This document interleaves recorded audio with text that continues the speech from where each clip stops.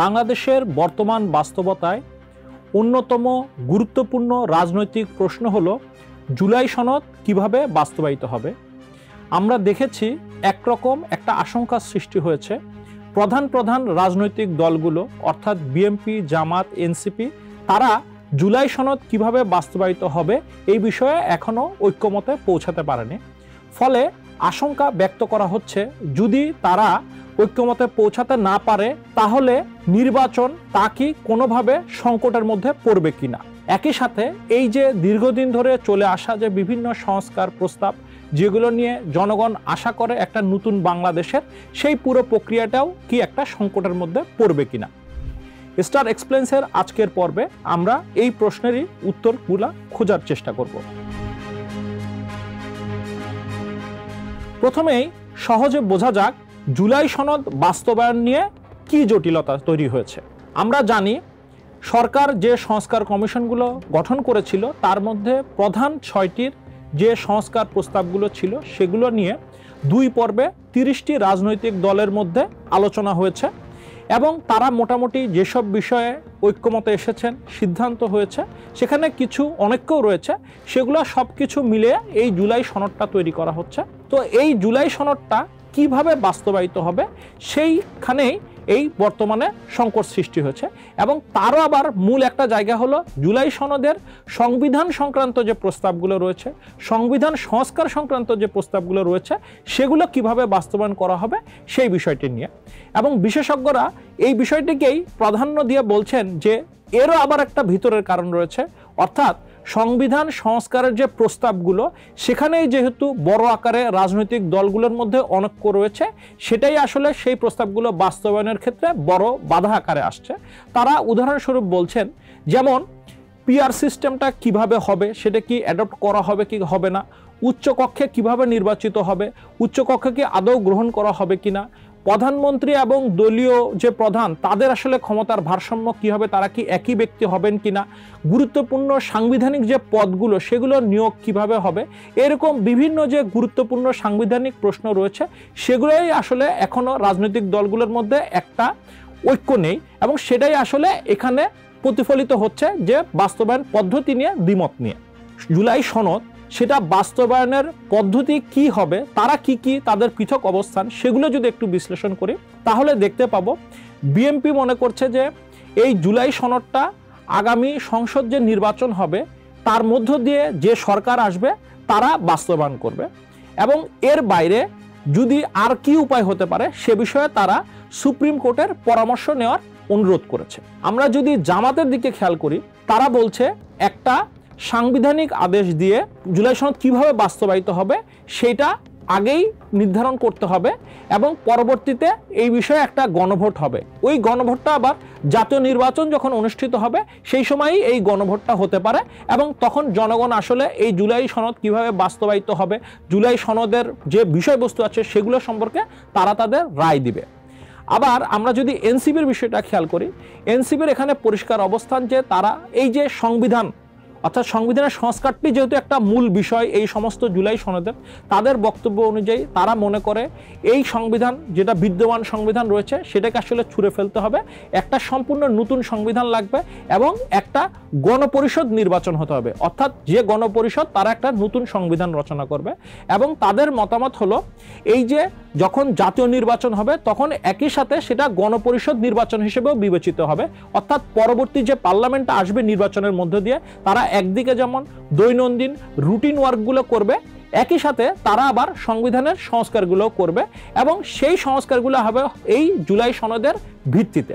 এর বাইরে যদি আমরা অন্য রাজনৈতিক দলগুলোর দেখি যেমন গণসংহতি আন্দোলন রয়েছে, রাষ্ট্র সংস্কার আন্দোলন রয়েছে, তারা যেমন বলছে যে অনেকটা গণপরিষদের আদলে সংবিধান সংস্কার একটা সভা, অর্থাৎ ওই যে পরিষদটা নির্বাচিত হবে তারা সংবিধান সংস্কার কি হবে না হবে এটা তারা ডিসাইড করবে এবং সেখানেও মূল আলোচনার ভিত্তিটা হবে এই জুলাই সনদের যে ধরনের প্রস্তাবগুলো রয়েছে।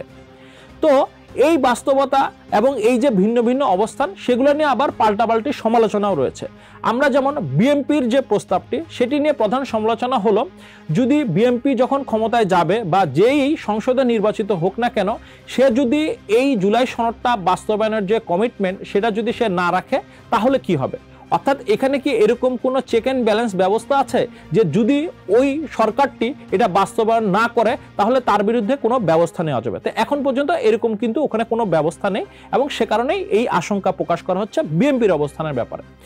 জামাতের যে অবস্থান অর্থাৎ কনস্টিটিউশনাল অর্ডার এবং গণভোট, সেখানে যে প্রশ্নটি আসছে সেখানে এক পক্ষের বিশেষজ্ঞরা তারা বলছেন যে কনস্টিটিউশন অর্ডার যে বিষয়টি বলা হচ্ছে সেটা আসলে আসছে যে জুলাইয়ের যে ঘোষণাপত্র ছিল বা যেটা দেওয়া হয়েছে অলরেডি আমরা দেখেছি অগাস্ট মাসে, সেখানের 22 নম্বর অনুচ্ছেদে সেটা অনুযায়ী বলা হচ্ছে রাষ্ট্রপতি একটা এই যে সংবিধান সংক্রান্ত যে প্রস্তাবগুলো সেগুলো যে কী ধরনের সংস্কার হবে সেই বিষয়ে তিনি একটা কনস্টিটিউশনাল অর্ডার দিবেন এবং তার ভিত্তিতে।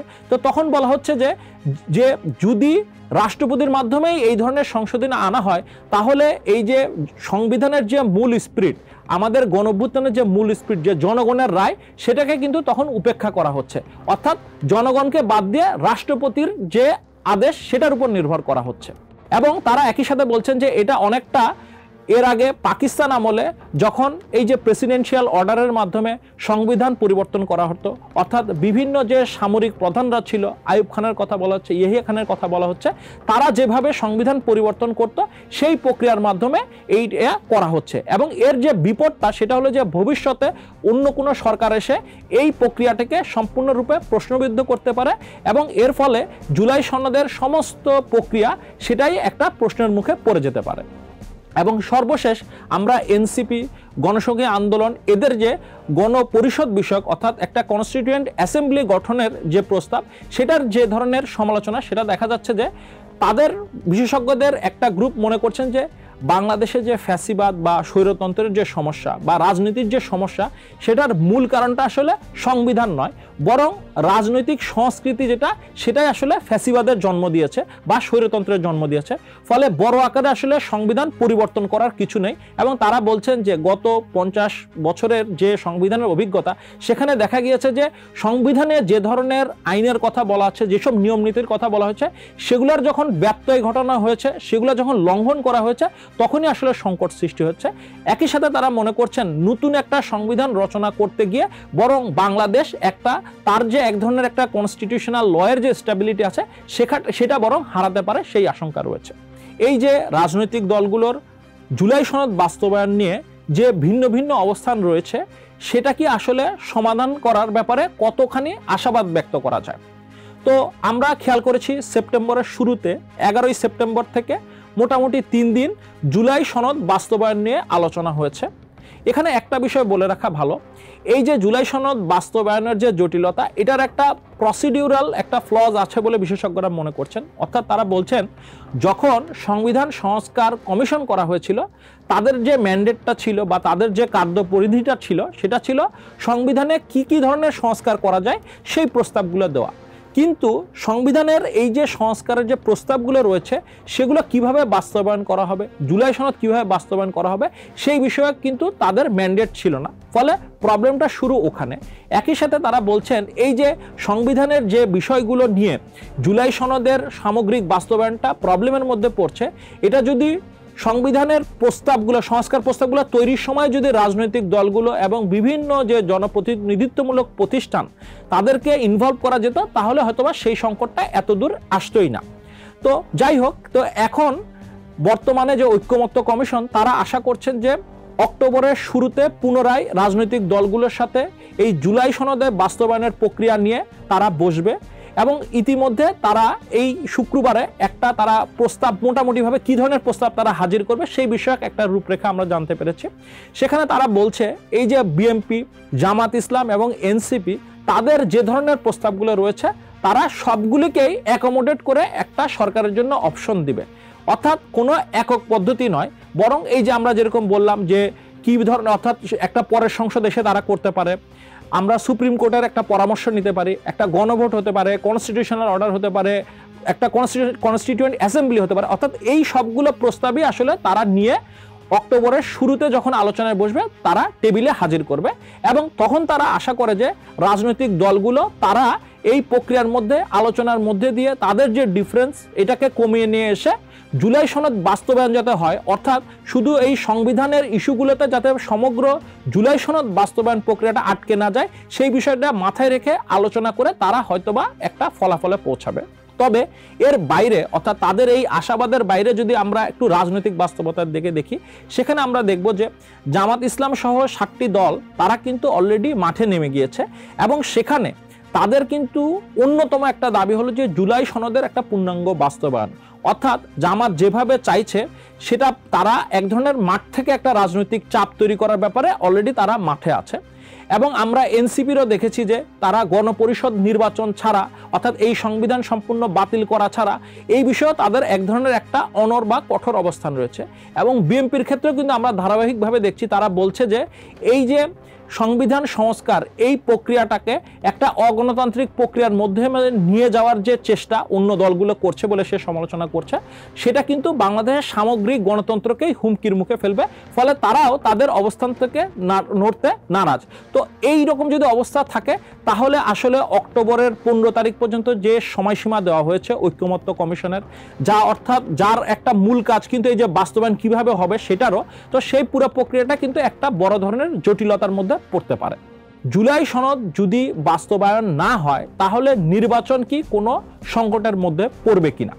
এখানে প্রথমে যদি আমরা টেকনিক্যালি উত্তর দিই, আসলে এই যে জুলাই সনদ বাস্তবায়নের সাথে সরাসরি নির্বাচনের অংশগ্রহণ বা নির্বাচন অনুষ্ঠিত করার কোনো ধরনের কোনো সরাসরি সংযোগ নেই।